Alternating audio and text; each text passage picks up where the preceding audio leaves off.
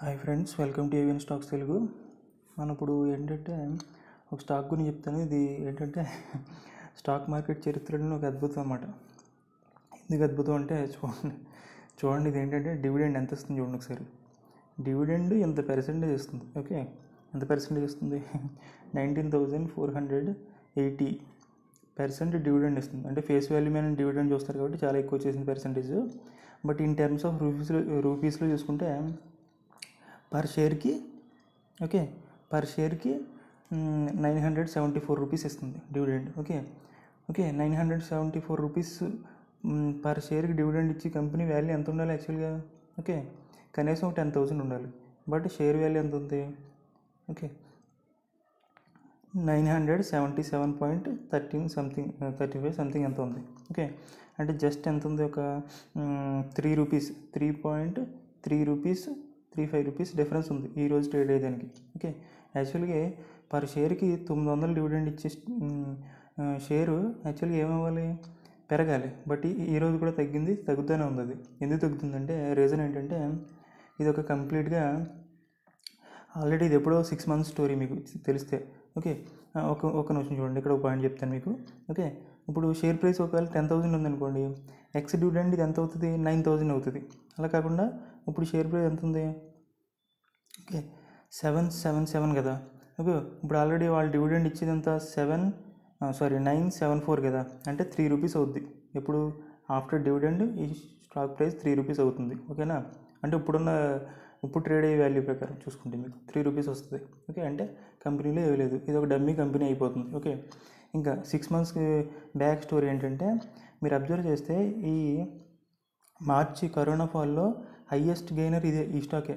Okay, of course Tanla solutions అని ఒక దిక్కుమాలి stock ఉంది, దానికి వేరే స్టోరీ, అది పొలిటికల్ బ్యాక్గ్రౌండ్ సంథింగ్.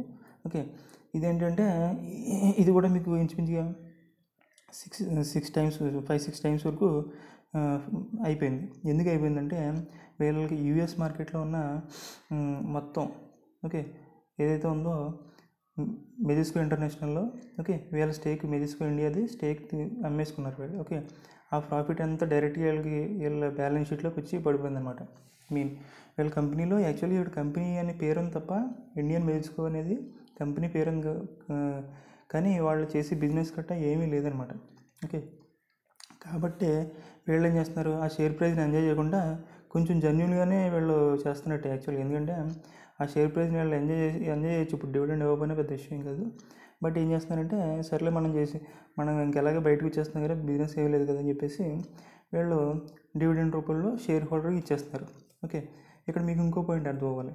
సార్ మరి ఇచ్చేస్తున్నారు కదా, మనకి ఆల్రెడీ డివిడెండే ఓకే ఇంత ఇస్తున్నారు. ఒకవేళ ఆఫ్టర్ డివిడెండ్ 3 రూపీస్ ఉందనుకోండి, మనకేంటి లాస్ అంటే, మనకు లాస్ ఏముంటుందంటే ఇది 3 రూపీస్ అంటే ఇంకా డమ్మీ స్టాక్, ఇది పెరగదు.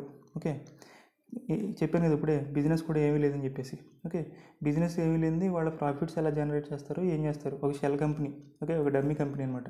ఓకే, కాబట్టి ఈ 3 రూపీస్ మీకు లాస్. పోనీ 3 రూపీస్ కాకపోయినా ఎంతో కొంత లాస్ దాంట్లో. ఓకే, ఇంక ఇందులో లాస్ ఏంటంటే ట్యాక్స్.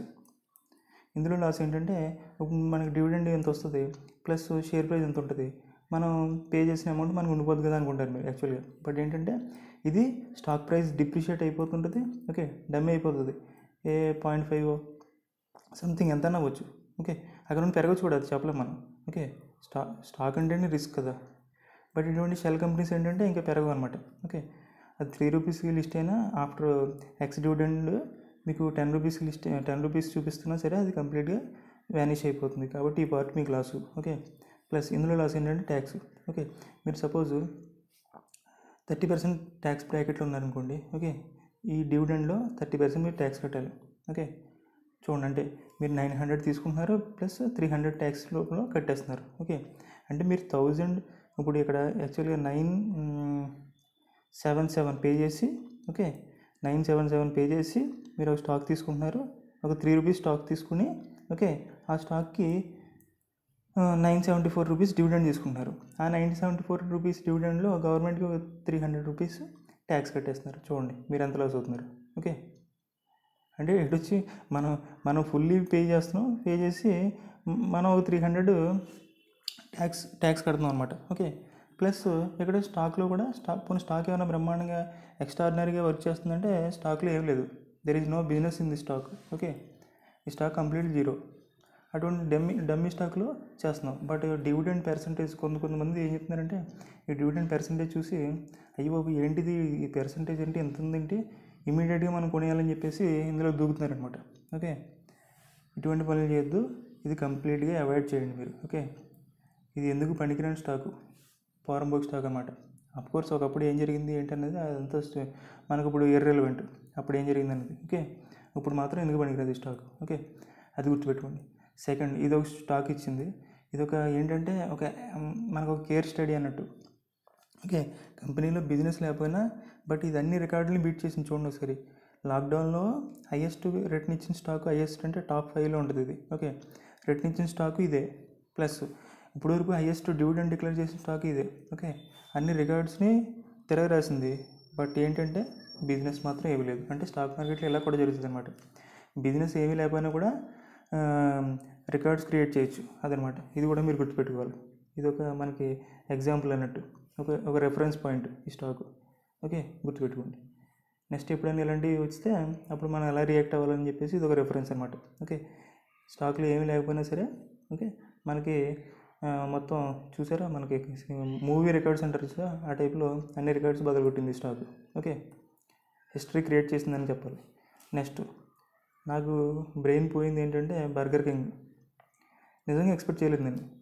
ఈరోజు కూడా 20% సర్క్యూ పడుతుందని చెప్పేసి. ఓకే, బట్ ఏంటో ఏం జరుగుతుందో అర్థమవట్లేదు. 60 రూపీస్లో తీసుకున్న స్టాక్ని 194 రూపీస్ వరకు తీసుకెళ్ళారంటే మరి వాళ్ళు ఏం చేస్తున్నారో ఏంటో, దీన్ని ఎక్కడ ఆపుతారో నాకు తెలిసి. రేపు ఇది సీలింగ్ లాక్ లాక్ ఉండదు. ఓకే, అప్పర్ సైడ్ ఏముండదు, జస్ట్ ఒక పాజిటివ్ ఉంటే ఒక చెప్పలేమనుకో, పాజిటివ్ ఉంటే ఒక 5% అలాగా 5-3 ఆ టైప్లో ఉంటుంది తప్ప సీలింగ్ మాత్రం రేపు ఖచ్చితంగా పడదు.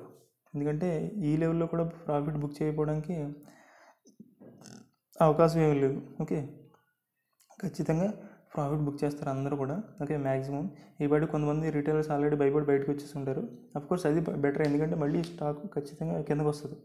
ఎందుకంటే ఫండమెంటల్స్ చూడాలి. మన ఫండమెంటల్స్ దాటేసి మనం చూడండి ఏమంటారు దాన్ని, ఏదో గాలిలో మేడలు కట్టలేం కదా. ఫండమెంటల్ ఏముందో దాన్ని బట్టి చూడాలి. ఎందుకంటే దీని పీ వాల్యూ చాలా ఎక్కువైపోయింది. ఇప్పుడు పీ వాల్యూ మొత్తం ఇలాంటి మెక్డొనాల్డ్స్, నెక్స్ట్ డామినోస్ వాళ్ళ సప్లయర్స్ కంటే ఎక్కువైపోయింది ఇది.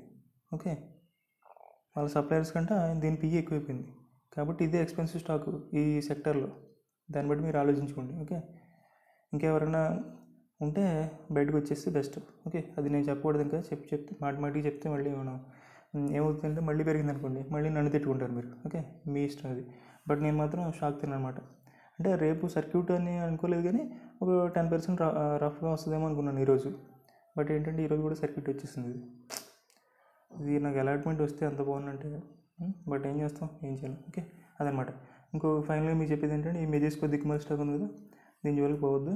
ఓకే, వాడు 1,00,000% డివిడెండ్ ఇచ్చినా, లేదంటే 9,000 రూపీస్ షేర్కి 2,000 రూపీస్ డివిడెండ్ ఇచ్చినా మీరు మాత్రం దీన్ని ఎట్టి పరిస్థితుల్లో టచ్ చేయొద్దు. ఇది వేస్ట్. ఓకే, మీకు time waste, money waste. Okay, thank you very much.